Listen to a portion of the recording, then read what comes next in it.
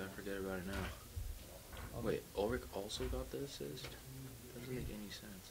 All right, guys, obviously this is the interview nobody ever wants to do, but Coach, you just want to give us a few general thoughts about how the game went? Sure. I thought the first half we weren't really playing our game the way we're capable of. You know, some loose touches here and there, and weren't able to create as many chances as we normally need to create. You know, Tufts played really well. They're very athletic. They earned a bunch of corners, some long throw-ins, some chances. I was pretty pleased with the way the boys dug in, though, and kept it a one-goal game till the end of the half. I felt going into halftime, a goal down was a good place to be, because I figured, you know, second half, if we start playing Rochester soccer, that we'd be able to claw our way back into the game.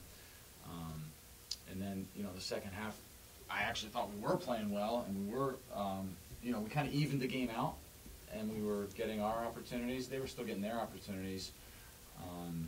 But then, you know, trying to claw our way back into it, we got caught on the break. And so, you know, the game got a little bit away from us there for a while, and then we kind of grabbed a hold of it at the end again, which I was really pleased with. I felt like we just needed to get that second. Even if there was only 4 or 5 minutes left in the match, if we would have gotten the second and we had our chances to get the second, I felt like it could have been really interesting 2, 3, 4 minutes at the end. And I still, even with 5, 6 minutes to play, I was like, if we get the second, we can equalize. So yeah, they're a very good team. I was proud of the way the boys fought and competed and never gave up, which is, you know, that's a trait of our team and our program, and so I was really pleased with that. This is for Bryce. What was Tufts able to do so good defensively to neutralize our attack, especially in the first half, when I think we only had 3 shots total, none of which were on frame? What did they do defensively to really neutralize that? I think they came out very aggressive and came out with the intensity that, you know, we just didn't match in the beginning, and it showed.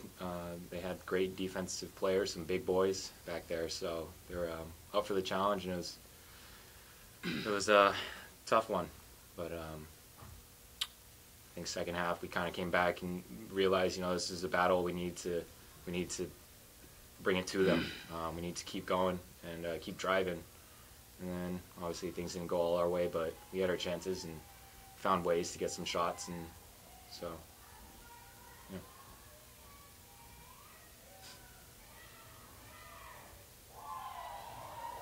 Aiden, what was it like when we finally were able to break through, break the shutout, get on the board? I had mixed feelings because I was so happy that we got on the board, but also got kicked in the face. So thinking about a couple things. But like Coach said, once we got the ball in the net, I was thinking like, we still had, I think, 15, 20 minutes left, something like that. So I really thought we were going to just keep going. I thought we found our stride and we were just going to keep putting them in the net. We were going to equalize and go to overtime. And traditionally we love overtime, so I was really feeling good. We couldn't find it, and that's, you know, unfortunate, but I'm glad we were still able to put that one in. Pat, talk about their front line and what they were able to do. You know, I know Will made a great save. You made a couple really great saves. It could have been, you know, a lot worse, but, you know, talk about your play and the play that Tufts had, you know, that caused so much trouble. So we talked about before the game, they play a lot through the big guy up top, number 5, so they like to play off him and generate chances off of that. And I mean, they took advantage of a corner set piece, and kid just got up and put one in. And then they, like Coach had mentioned, they did really well on the transition, being able to counter. So that was, you know, they were flying forward, and that's always difficult to deal with when, you know, we're sending guys forward, trying to get back into the game, trying to get a goal, and then a quick break, and all of a sudden you got a 3v3, 3v2. So they did that. They executed on what they needed to pretty well. So props to them for doing that. Coach, you want to talk about the senior class, what they mean for you, for the program? Yeah, I mean that was the message at the end of the game to the boys. We have 9 seniors. They've been incredible, great role models, doing the right things, saying the right things, leading by example. Also taking younger guys under their wing, showing them the right way, correcting them if they go the wrong way. I mean, this group of seniors has been incredible. But really, the whole squad. This season, they took the program to a place we've never been before. And this program's been around since the 30s. And for this to be the group that gets us to our first Final Four is really special, and I'm really proud of them. And, you know, they just raised the aspirational bar for every team that comes after them. And that's a legacy that they can be proud of for the rest of their lives.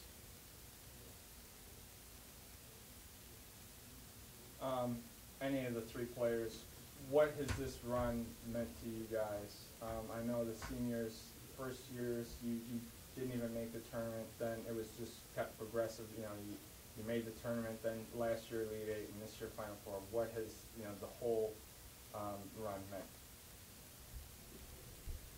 It's been extremely special for all of us. We weren't satisfied last year. We lost in the Elite 8 to Messiah. We're really happy we got a chance to rematch and beat them this year, and it's meant the world to myself. I love all the guys on the team, brothers I never had. It's been an experience I'm gonna remember for the rest of my life. I'm sad it's over. Yeah, and additionally, it was like he's saying, it's an incredible experience. It's kind of corny, but our school motto is Meliora, ever better. And you know, I look back on our career as seniors, every year it's been better, because we've learned every year how much more it takes to become that team at the next level, and the next level, and the next level. And hopefully that's something our juniors and sophomores and freshmen this year get to keep going forward and improving, just by seeing how much it takes to be the best. And it's been an awesome journey with a lot of guys who work hard every single day and push each other. So. That's all I got. Thanks, guys. Appreciate it. Congratulations on a great season. Thanks, guys. Thank you, guys. Are you headed back Locker to the room, yeah, that way.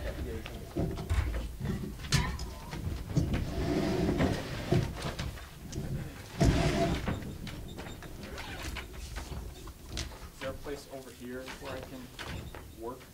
Yeah, right here. Okay. You're gonna be able to get back, or are you gonna get back? How quickly are you guys? Short?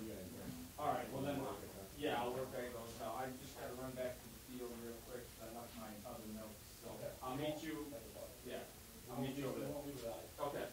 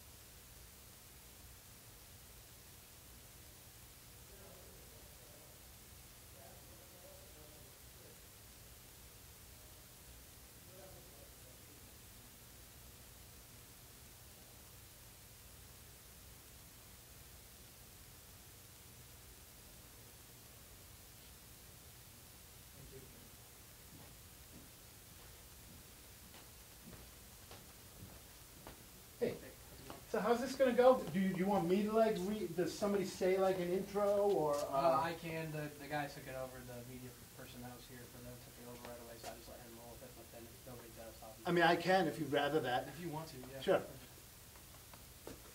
Just if you could just ask them to say their names and spell their last names, and then go ahead with an opening statement. And that'd be perfect. Yeah. All right. I mean, I can give you the. I can help you with that. I just wanted to make sure it's on camera for anybody that takes the feed. Okay. So because it's just on YouTube, so anybody So- can pull it and use it pretty much. Okay. That'd be cool. Appreciate it.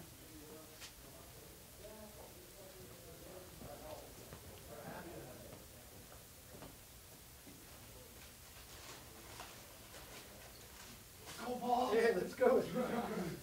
Just me. So. Oh, is it? Yeah, congrats. Congrats. Not surprised. Your boy couldn't drive down from Maine, so What was that? your boy couldn't get down from Maine here. Oh, yeah. He's got a dude from Maine super into him. Is it just you three? That'll be We got one more. Here we go. Are you gonna see my feet? Nope. So I'll take the head coach in the middle. Yep.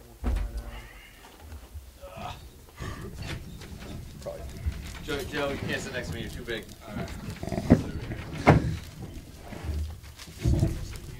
Yeah, we'll put one in there, maybe.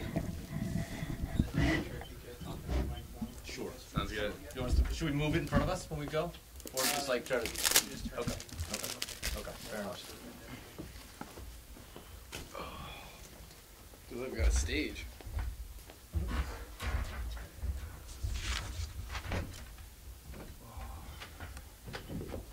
Where are we going? Good, right there. Go as far away from jail as possible.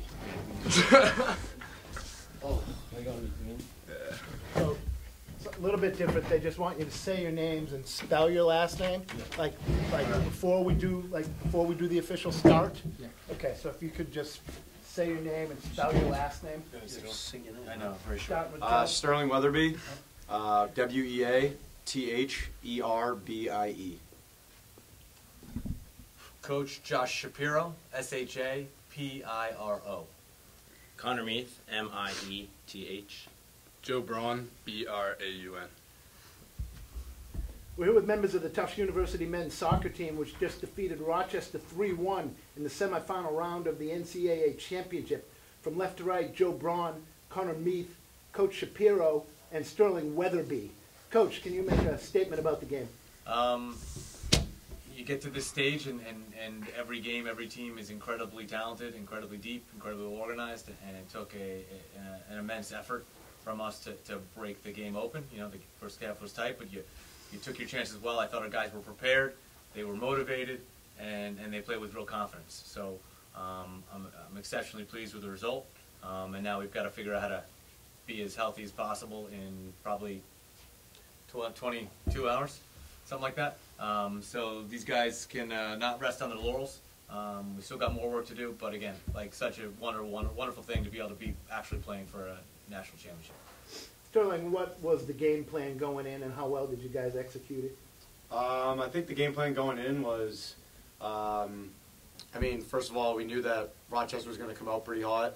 It was the first time in the Final Four, and we know from experience that it's just a really exciting time, you know, with all the events that goes on before we even play. It's just, they really do a good job of getting you excited to play. So we really just tried to go at them the first 10 minutes, but also try to be patient. We knew that after that first 10 minutes, the game was going to settle down a little bit.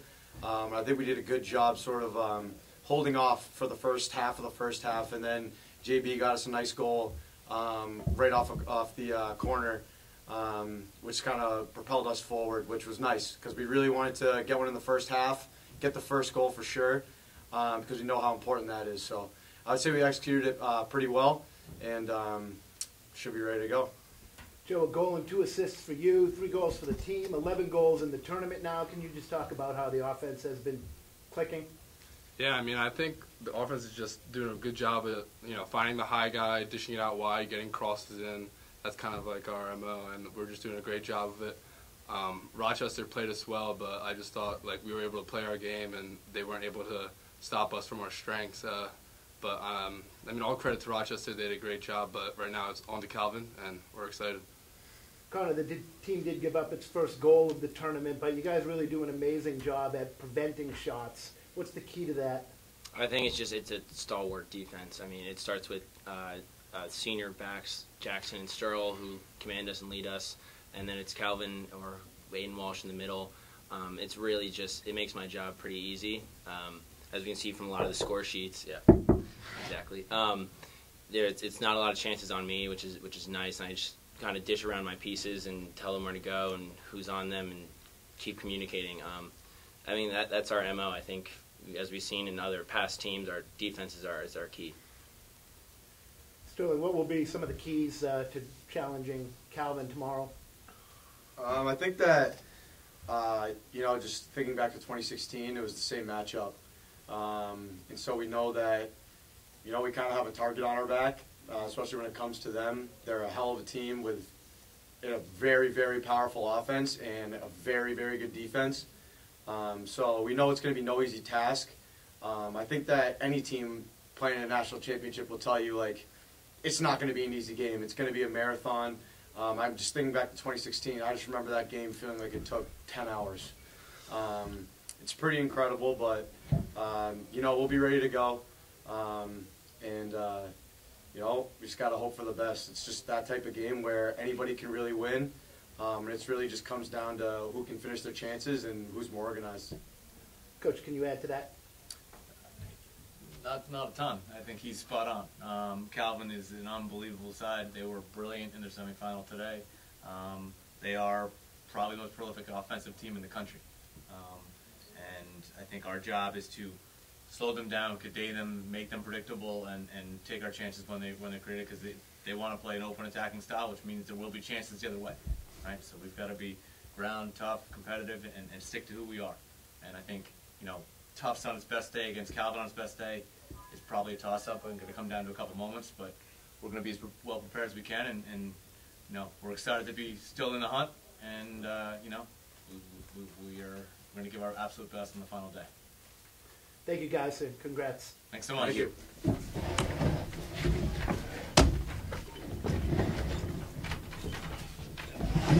Let's your families and sit down.